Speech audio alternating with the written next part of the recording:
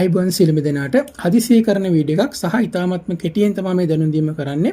ඉතින් මම මගේ වැඩකට වීඩියෝ වැඩකට සිංහ කොඩියක් හොයාගන්න ඕන නිසා මම ටයිප් කරා මෙන්න මේ විදිහට. මම ආපහු එක මුලින්දම කරලා පෙන්නන්නම්. ශ්‍රී ලංකා ෆ්ලැග් කියලා.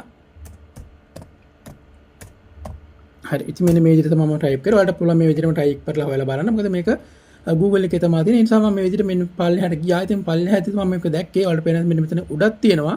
මෙන්න මේ විදිහට පල්ලෙහාට යනකොට මම ඒ වගේ වෙනස් කරපු සිංහ කොඩියක් තියෙනවා දැක්කා. ඉතින් ඒක දැන් උඩට ගිහින් තියෙනවා අපිට දැක ගන්න පුළුවන් මෙන්න මේ විදිහට.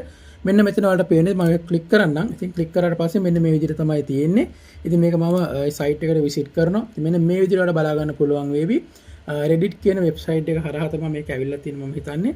ඒ දාපු කෙනා මම හිතන්නේ මේකේ එක්ස්ප්ලেইন එකක් කරලා තියෙනවා. ඉතින් ඒ වගේම තමයි මෙන්න මේ වගේ වෙනස් කිරීම පාකිස්තාන් කොඩියේ තියෙනවා සහ ඒ වගේ යම් යම් වෙනස් කිරීම කිහිපයක් කරලා තමයි මේක කරලා තියෙන්නේ සිංහ ලාංඡනය සම්බන්ධ කරගෙන.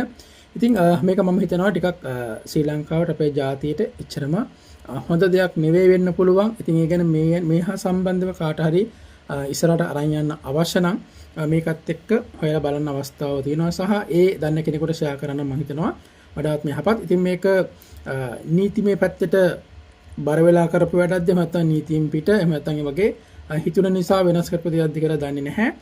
දැනුම් දීම තමයි කරේ. හැමෝටම එහෙනම් ජය වේවා. අපි අපේ අනන්‍යතාවයත් එක්ක ඉස්සරහට යන්න උත්සාහ කරමු. හැමෝටම මේ කාලේ සිදුවෙන දේවල් ගැන ටිකක් වැඩිපුර විපරමින් ඉන්න එක තමයි වඩාත්ම හොඳ.